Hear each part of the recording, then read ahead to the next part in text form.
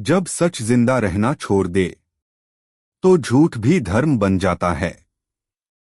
नमस्कार दोस्तों, स्वागत है आपका रिकैप इन हिंदी में।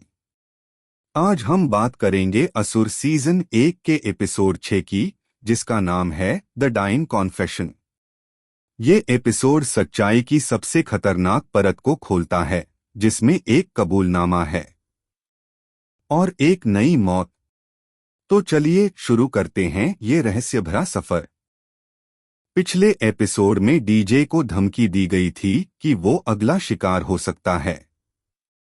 अब डीजे चौकन्ना है, लेकिन वो सीबीआई के काम से अलग होकर खुद अपने रास्ते पर कातिल को खोजने निकलता है। दूसरी ओर निखिल पूरी तरह अपनी फैमिली को लेकर डरा हुआ है। रिया और नैना को किसी भी हाल में बचाना चाहता है।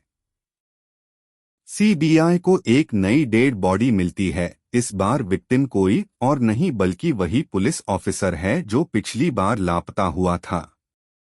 उसके पास से मिलता है एक छोटा ऑडियो रिकॉर्डर, जिसमें उसकी आखिरी सांसें कैद हैं, और एक कबूलनामा।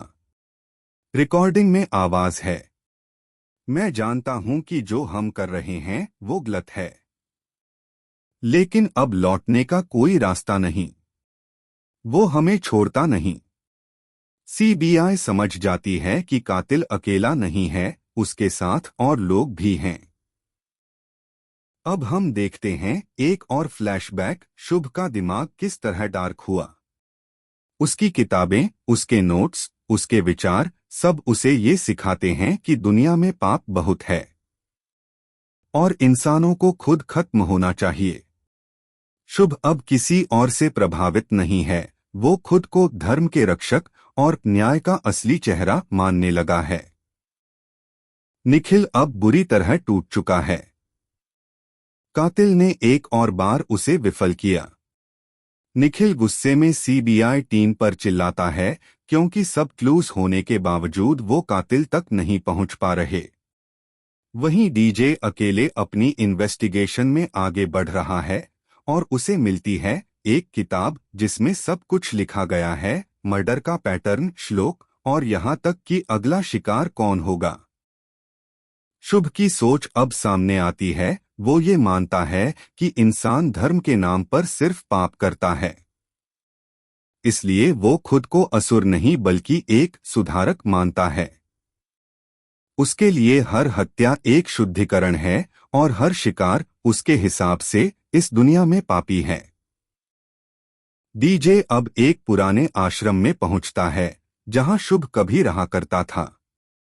वहीं उसे मिलता है एक बुजुर्ग साधु जो शुभ को जानता था। वो बताता है कि शुभ बचपन से ही भिन्न था, लेकिन उसका दिमाग बहुत तेज था।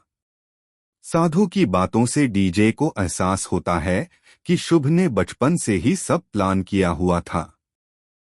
एपिसोड के अंत में डीजे को पता चलता है अगला टारगेट सिर्फ कोई विक्टिम नहीं, बल्कि एक बहुत बड़ी पब्लिक फिगर है। और अगर सीबीआई नहीं पहुंची तो एक लाइव एक्सीक्यूशन होने वाला है। डीजे तुरंत सीबीआई को कॉल करता है, लेकिन तब तक बहुत देर हो चुकी होती है। स्क्रीन कट होती है एक श्लोक के साथ और फिर एक चीख।